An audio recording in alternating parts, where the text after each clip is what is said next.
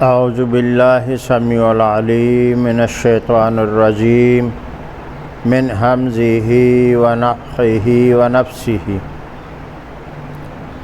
السلام علیکم ورحمۃ اللہ وبرکاتہ ایھا المستمعین الکرام، ان الحمد للہ نحمدہ ونستعینہ ونستغفرہ ونعوذ باللہ من شرور انفسنا ومن سیئات اعمالنا، من یہدہ اللہ فلا مضل لہ ومن یضلل فلا ہادی لہ، واشہد ان لا الہ الا اللہ واشہد ان محمدا عبدہ ورسولہ، اما بعد۔ میرے پیارے اسلام کے پیارے بھائیوں بہنوں،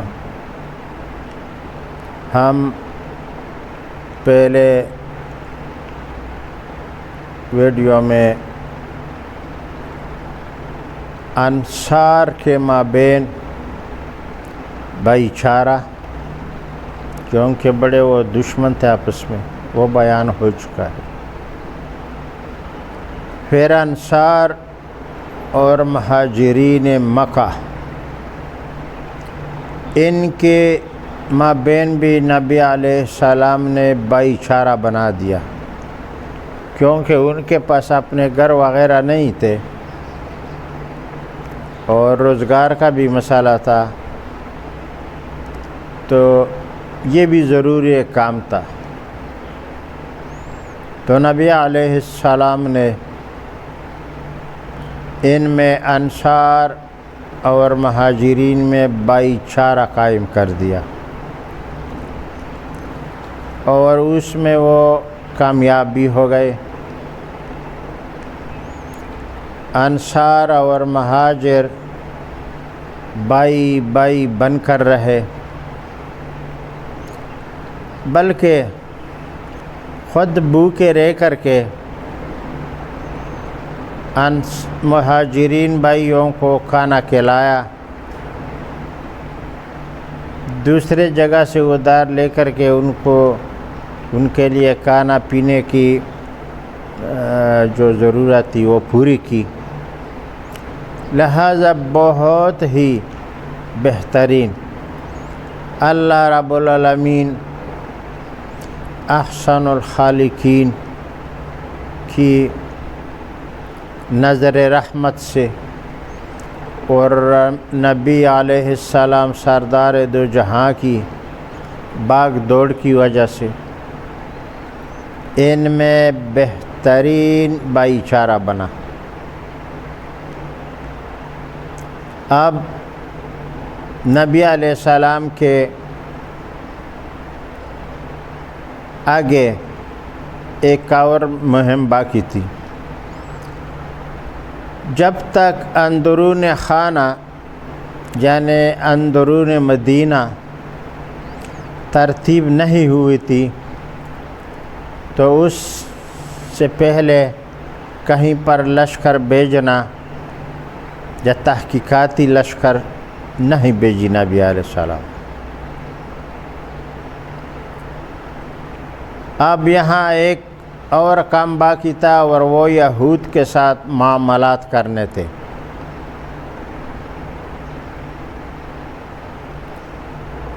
آپ کو ہم نے پہلے ہی بتا چکے ہیں کہ مدینہ میں اوس اور خزرج کے علاوہ 3 قبیلے یہود کی ہوتے تھے، بنو قینقاع، بنو قریظہ اور بنو نضیرہ۔ ان تینوں کو پہلے نبی علیہ السلام نے بلایا، اور جیسے کہ پہلے ہم بیان کر چکے ہیں، نبی علیہ السلام نے اپنی رسالت اور قرآن کریم ان کے سامنے پیش کی اور اسلام کا دعوت دیا۔ انہوں نے انکار کر دیا اور کہا کہ ہم آپ کے نبوت کو نہیں مانتے ہیں، کوئی واضح دلیل وغیرہ لے کے آئیے۔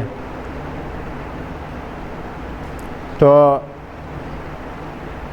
نبی علیہ السلام نے بولا کہ آپ کی یہود میں سے، ان تینوں قبیلوں میں سے کوئی ایک مضبوط اور مانا ہوا عالم اگر تم کو ہماری رسالت کی گواہی دے دے تو پھر آپ مانیں گے۔ انہوں نے بولا کہ بالکل مانیں گے، ایسی کوئی بات نہیں ہے۔ جب ان کے سامنے عبداللہ بن سلام کو پیش کیا گیا اور انہوں نے آتے ہی کلمات توحید کہا اور نبی علیہ السلام کی رسالت کی بشارت دی، تو وہ بڑے سٹ پٹا ہو گئے اور سوچنے لگے کہ یہ کیا ہوا۔ پہلے عبداللہ بن سلام کی جو مصروفیاتی زندگی تھی اور احوال تھا یہود میں، جب نبی علیہ السلام نے ان کے سامنے بیان کی جو کہ یہ عبداللہ بن سلام یہاں آ کر کے پردے کے پیچھے چھپایا گیا تھا، انہوں نے کہا تھا کہ یا رسول اللہ صلی اللہ علیہ وسلم، میری اس قوم کی عداوت اور ضد اور عناد آپ کو معلوم نہیں ہے، آپ ان کو بلاؤ، میں پیچھے بیٹھتا ہوں پردے کے، اور آپ ان کے سامنے ہمارا مذاکرہ کیجیے۔ ایسا ہی ہوا، یہود آئے اور نبی علیہ بیرے میں نے بتا چکا ہے کہ نبی علیہ السلام نے کہا کہ اگر آپ میں سے کوئی بڑا عالم میری رسالت کی گواہی دے دے تو آپ مانیں گے کہ نہیں؟ انہوں نے بولا بالکل مانیں گے۔ اس سے پہلا وہ پوچھا تھا کہ عبداللہ بن سلام آپ لوگوں میں کیسا ہے، ان کا کیا حیثیت ہے؟ انہوں نے کہا تھا کہ ہمارے سردار ہے، سید ہے، بڑا عالم ہے، اور ہمارے مدرسوں میں ہمارے بچوں کو اپنے دین کا تدریس کرتا ہے۔ وہ تو بڑے اچھے آدمی ہے، بڑے اچھے خاندان کا ہے، وغیرہ وغیرہ، بہت اس کو لفٹ دیا، اوپر اٹھایا۔ پھر جب نبی علیہ السلام نے ان کو اشارت کی اور باہر آ گئے تو فٹافٹ انہوں نے آگے آ کر کے کلمہ طیبہ کی اونچی آواز سے تلاوت کی اور نبی علیہ السلام کی رب العالمین کے توحید کی شہادت دی اور قرآن کے من کتاب اللہ کی شہادت دی اور رسول صلی اللہ علیہ وسلم کی بھی شہادت دی۔ یہ لوگ بڑے سٹ پٹا ہو گئے اور کہنے لگے کہ عبداللہ بن سلام کے بارے میں کہ یہ بھی اشرار ہے، اس کا باپ بھی اشرار ہے، اس کا دادا بھی اشرار تھا، یہ بڑا جھوٹا اور کمینہ آدمی ہے۔ دیکھو تھوڑے ٹائم میں یہ لوگ کیسے بدل گئے۔ بہرحال اس ٹائم میں یہ لوگ چلے گئے واپس۔ اب جہاں اور امور اپنے سیٹ اپ میں آ گئے، ترتیب ہو گئے، تو نبی صلی اللہ علیہ وسلم کو یہی فکر تھا کہ اگر ہم قریش سے یا دوسرے عربوں سے دعوت منوانے کی کوشش کریں گے یا لڑائی جھگڑے تک بات آئیں گے تو ان کا کیا حال ہوگا۔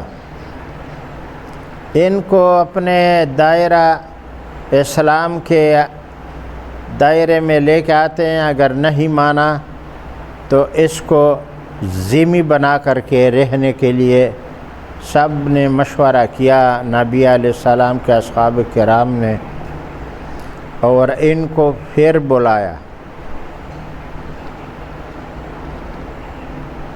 وہ پھر آ گئے کہ بھائی حاضر ہو جاؤ ورنہ ہم تمہارے خلاف کارروائی کر دیں گے۔ ان کو پتہ لگ ہی گیا تھا کہ ہمارے یہاں جس پر ہم یہاں بڑے فخر کرتے تھے اور بڑے امن سے رہتے تھے، اور ان کے ساتھ جھگڑے بھی تھے اور دشمنی بھی تھی، اور ہم بھی تقسیم ہوئے تھے، یہ سارا حالات بھائی چارے میں بدل کر کے نبی علیہ السلام کی کوششوں سے اور ایک اسلام کے جھنڈے کے نیچے جمع ہو گئے۔ ادھر متحدہ، بعد میں جو ان کو انصار اور مہاجرین میں بھائی چارے کا بھی پتہ لگا، حالات کو تو دیکھ رہے تھے، اور بھی سٹ پٹا ہو گئے اور سوچنے لگے کہ اب کیا ہوگا۔ جب انصار مدینہ اور مہاجرین کے بیچ میں بھائی چارے ہو گیا، تحریریں لکھ دی گئی، تو ان کو بڑا فکر ہوئی۔ اب ان دونوں نے ایک بڑا جرار لشکر بھی تیار کرنے کی کوشش شروع کی۔ مدینے میں اسلامی سیٹ اپ بنانے کی بھی کوشش شروع ہوئی، قاضی قضا بھی مقرر ہوئے، جیل جال بھی بنے گئے، اور احکام کے لیے علماء پر مشتمل اسلامی احکام بیان کرنے کے لیے قاریوں اور علماء پر مشتمل ایک گروہ بھی حلقہ بھی بنایا گیا، جس میں قاری بھی تھے، قاری قرآن بھی تھے، اور کچھ حافظ بھی تھے۔ یہ مہاجرین میں سے تھے، لیکن ابھی چونکہ قرآن کریم تو پورا نہیں اترا تھا، یہ تو وقت کے ساتھ، ترتیل کے ساتھ، ضرورت کے ساتھ اتر رہا تھا۔ بہرحال پھر بھی ان کو ایک حلقہ جو عالموں کی تھی، قاریوں کی تھی، بنایا گیا، ایک لشکری حلقہ بنایا گیا تھا، ایک صلاح مشورے کے لیے جو بزرگوار اصحاب کرام تھے، ان کا بھی ایک حلقہ سا بنایا گیا۔ لیکن ایک بات کی وضاحت ہم کریں کہ اسلام میں جو بھی اس وقت کوئی بھی حلقہ بندی ہوتا تھا یا لشکر جرار بنتا تھا یا کہیں مہم پر جانے کا تھا، ان کا اختیار سارا نبی صلی اللہ علیہ وسلم کے پاس تھا، کسی دوسرے اصحابہ کے پاس نہیں تھا. یہ بات تھی. بس شاید یہ رب العالمین کو ہی مرضی ہوگی، کیونکہ اس میں مشورہ تو تھا، مشورہ تو سب سے لیتے رہے، مگر حکم کی تعمیل صرف نبی علیہ السلام سے ہوتی تھی ہر مسئلے کے لیے. ان کے علاوہ کوئی پر بھی نہیں ہلا سکتا تھا اپنے سے کہ ہم مشورہ کریں یا یوں کریں. ہم مشورہ دیتے تھے. اب جب کہ یہود بڑے سوچ میں پڑ گئے اور یہ روز بروز اسلام بڑھتا رہا، اور بار جو کریا کے آلے دوالے احوال میں رہتے تھے،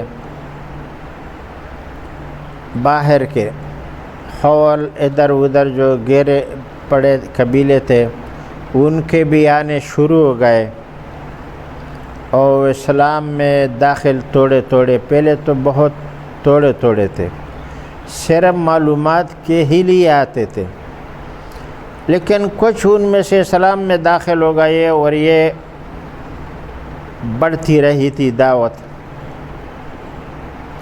اب یہود جو اندرونی مدینہ میں تھے، ان کے ساتھ بات کرنی تھی، لیکن کس انداز میں وہ خود نبی علیہ السلام کو یا وحی کے ذریعے معلومات آتے رہے. ان کو بلایا، پھر اسلام کی دعوت اور قاضی خدا کے احکام ماننے اور یہاں بھائی چارے اور صلح کے تحت رہنے کے لیے نبی علیہ السلام نے کہا. انہوں نے ایک 4 سوال 4-5 یا کچھ نبی علیہ السلام سے پوچھے. پہلا سوال یہ تھا کہ یہ روح کیا چیز ہے؟ ہم میں تم میں روحیں ہوتی ہیں، اور جب ہم بندہ مر جاتا ہے تو ہم کہتے ہیں کہ روح نکل گئی. ہماری بھی یہ معاملہ ہے، آپ کی بھی ہے. یہ کیا چیز ہے؟ اس کے بارے میں ہمیں بتائے. دوسرا جو انہوں نے سوال کیا وہ تھا ذوالقرنین. وہ آدمی کون تھا جس نے پورے دنیا پر بادشاہی کی؟ نام نہیں لیا. اس کے بارے میں ہمیں بتائے. غار والے کون تھے؟ اس کے بارے میں اگر ہمیں بتائے. ماں کے پیٹ میں جب بچہ جمتا ہے وہ کس طریقے سے جمتا ہے؟ کبھی بچہ جب پیدا ہوتا ہے تو باپ کی شکل کی طرف جاتا ہے، جب کبھی پیدا ہوتا ہے کہ ماں کی طرف کی شکل کی طرف ہوتا ہے. اس کا کیا اصول ہے یا طریقہ ہے؟ نبی علیہ السلام نے کہا کہ اگر ہم ان سوالوں کو جواب آپ کو دے دیں، کیا پھر آپ ایمان لائیں گے؟ تو انہوں نے کہا کہ ہاں ہم لائیں گے ضرور. کہا کہ اگر پھر بھی آپ لوگ نہیں ایمان لائے تو انہوں نے کہا کہ ہم خرچ دیں گے آپ کو اور ذمہ بن کے رہیں گے. لہذا نبی علیہ السلام نے کے پاس ان سوال و جواب دینے کے لیے وحی آنا شروع ہوئی۔ یہ قصہ انہوں نے پہلے چورے چھپے قریش، مکے کے قریشوں کو بھی یہ سوال بتائے کہ ان سے پوچھو، اگر یہ سوال بتائے تو یہ نبی ہے، رسول ہے۔ وہاں پر نبی علیہ السلام قریش سب جمع ہو گئے اور ان سے یہ سوال کیے جو یہودیوں نے چھپے چورے ان تک پہنچائے تھے۔ نبی علیہ السلام نے کہا کہ ہم کل آپ کو ان کا جواب دیں گے، مگر انشاءاللہ نہیں کہا۔ اب نبی علیہ السلام وہاں پر بھی انتظار میں تھے کہ وہی آئے مجھے بتائے، وہی نہیں آئی۔ تقریباً 15 دن تک یا کچھ کم زیادہ تک وہی بالکل نہیں آئی۔ وہاں پر ابو لہب کی بیوی جمیلہ نے لوگوں میں یہ بولتے رہے اور جو عورتیں ان کے ساتھ ملتے تھے کہ دیکھو، اب دیکھو اس مذموم کے ساتھ شیطان نے چھوڑ دیا، اب دیکھو اس کے پاس کوئی وہ شیطان نہیں آتا ہے، نعوذ باللہ۔ اس پر 15 دن یا کچھ بعد کے بعد آیاتیں نازل ہو گئی، لیکن وہاں پر ایک سورت بھی نازل ہو گئی، وَالضُّحَىٰ وَاللَّيْلِ إِذَا سَجَىٰ مَا وَدَّعَكَ رَبُّكَ وَمَا قَلَىٰ۔ یہ پورا سورت۔ پھر ان کے بعد ان کو وہ سوال بتائے گئے۔ وہاں پر جو سوال اور جواب دیے تھے وہی سوال اب یہاں ہم ذکر کر رہے ہیں، نبی علیہ السلام سے انہوں نے ذکر کیے، اور سوال اور جواب ہوا کہ اگر ہم یہ بتا دیں آپ کو تو آپ مسلمان ہوں گے؟ انہوں نے کہا کہ بے شک ہم مسلمان ہوں گے۔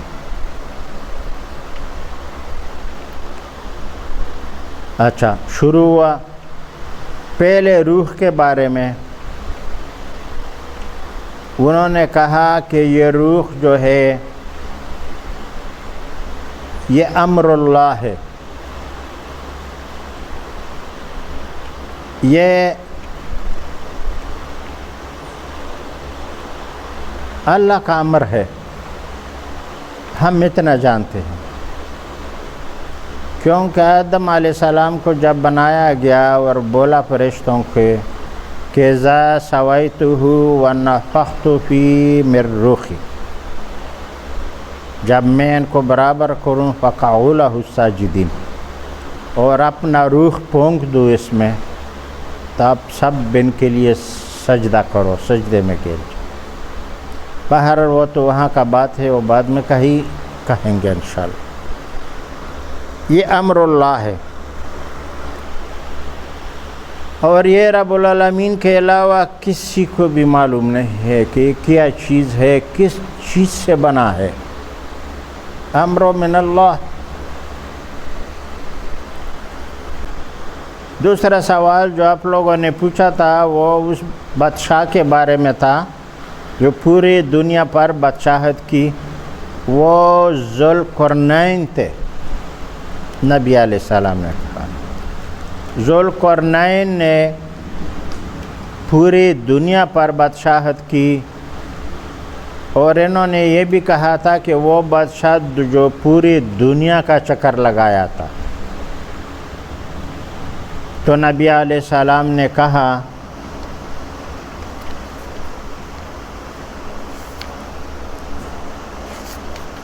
کہ وہ ذوالقرنین تھے. اس نے پوری دنیا کا چکر لگایا اور یاجوج اور ماجوج کو بھی انہوں نے دیوار بند کیا ہوا ہے، جو قیامت کے قریب انشاءاللہ جب اللہ چاہے گا وہ نکل آئیں گے، اور پھر ان کا الگ قصہ ہے. یہ ذوالقرنین تھے. دوسرا جو آپ نے کہا ہے کہ غار والے کون تھے، وہ ان کے بارے میں اصحاب کہف تھے. اس کا قصہ بھی تھوڑا بہت سنایا کہ یہ وہ لوگ ہیں. اور دوسرا سوال جو کرایا پھر انہوں نے بولا کہ بچہ جب ماں کے رحم میں رب العالمین کے حکم سے بنتا ہے، کیونکہ قرآن کریم میں ہے کہ کوئی مادہ سے انسان بھی نہیں، ہر کوئی پرندوں میں، جانوروں میں وغیرہ وغیرہ میں رب العالمین کہتا ہے کہ جب حمل سے گزرتا ہے تو ہمیں معلوم ہوتا ہے. اب یہ بتا رہا ہوں کہ جب ماں کے رحم میں انسان کا جو مرد کا جو پانی ہے اور عورت کا بھی پانی ہے وہ مل جائے اور رب العالمین کا ارادہ ہو بچہ جننے کی، تو ان کو اگر عورت کے پانی سبقت لے جائے مرد کے پانی پر تو لڑکی ہوتی ہے، لڑکی جنتی ہے. اور اگر مرد کا پانی سبقت کر جائے تو پھر لڑکا ہوتا ہے. یہ دیکھو یہ سائنسی اب جو سائنس ہمیں بتا رہا ہے، اور بہت سارے ڈاکٹر کے پاس حالات اور مشینری آ گئے تو یہ بھی دعوے کر رہے ہیں. وہ تو الہامی اور قدرتی طریقہ ہے. یہ ڈاکٹر وغیرہ اگر یہ مشین ہٹا دو تو یہ ان کا باپ بھی نہیں جانتا ہے. سائنس ہے، ٹیکنالوجی ترقی کی، تو سارے باتیں آہستہ آہستہ ہم سامنے آتی ہے. لیکن یہ عورت کی رحم میں 40 دن تک خون کا شکل اختیار کرتا ہے. 40 دن میں، پھر 40 دن میں گوشت کا لتڑا بنتا ہے. پھر 40 دن کے بعد ان میں ہڈیاں وغیرہ بنتے ہیں. دیکھو تو رب کریم کو یہ عظیم کرشمے کے لیے سوچو، ماں کے پیٹ میں ایسا بنتا ہے کہ ڈاکٹر لوگ حیران ہے، سوچتے ہیں اور ہمیں بتاتے ہیں کہ انسان میں اتنے ہزار اتنے لاکھوں یہ وہ ہوتے ہیں جو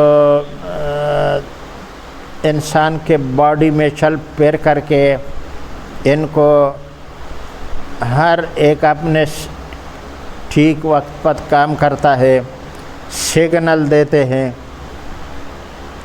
انسان کی دماغ میں جو سگنل آتا ہے اس کو اٹھ کر کے یا تپیڑ دے کر کے نہیں کرتا ہے، وہ سگنل ہی انگلیوں کو، پیروں کو، اٹھو بیٹھو، یہ کرو وہ کرو، دماغ سے آتا ہے یہ سگنل۔ اسی سگنل کو سائنسدانوں نے الیکٹرانک کا شکل دے دی اور کہیں کہیں ڈرون اڑاتے پھرتے ہیں۔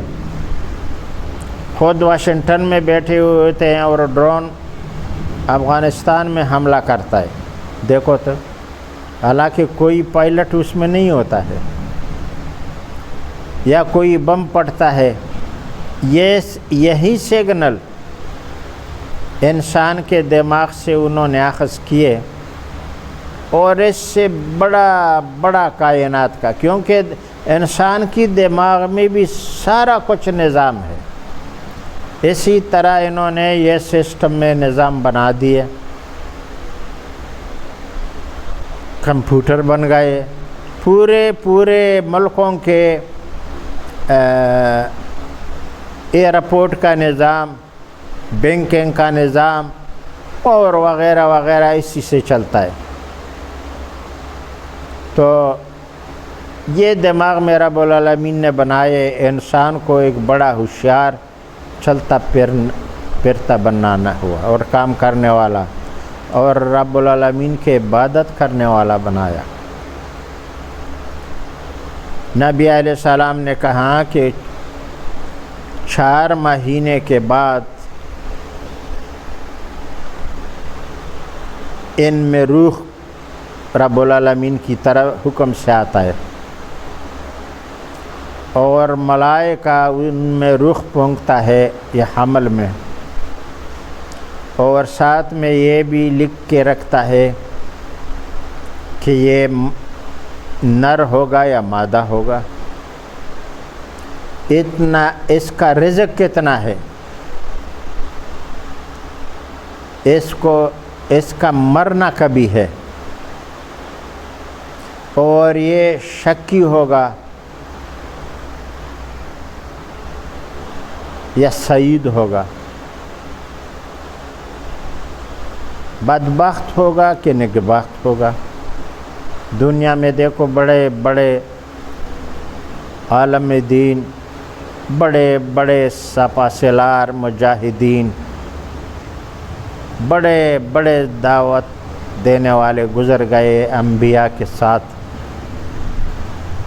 رب العالمین کے عبادت کرتے ہوئے اور کام بھی کرتے رہے، اور بڑے کام کرتے گئے، اور کفراء بھی بڑی تعلیمیں حاصل کی، اور ٹیکنالوجی سے بڑے مشینری بنائے، آسمان میں اڑتے پھرتے ہیں، اس پر بھی بس نہیں ہوا، چاند اور ستاروں کو پہنچتے ہیں،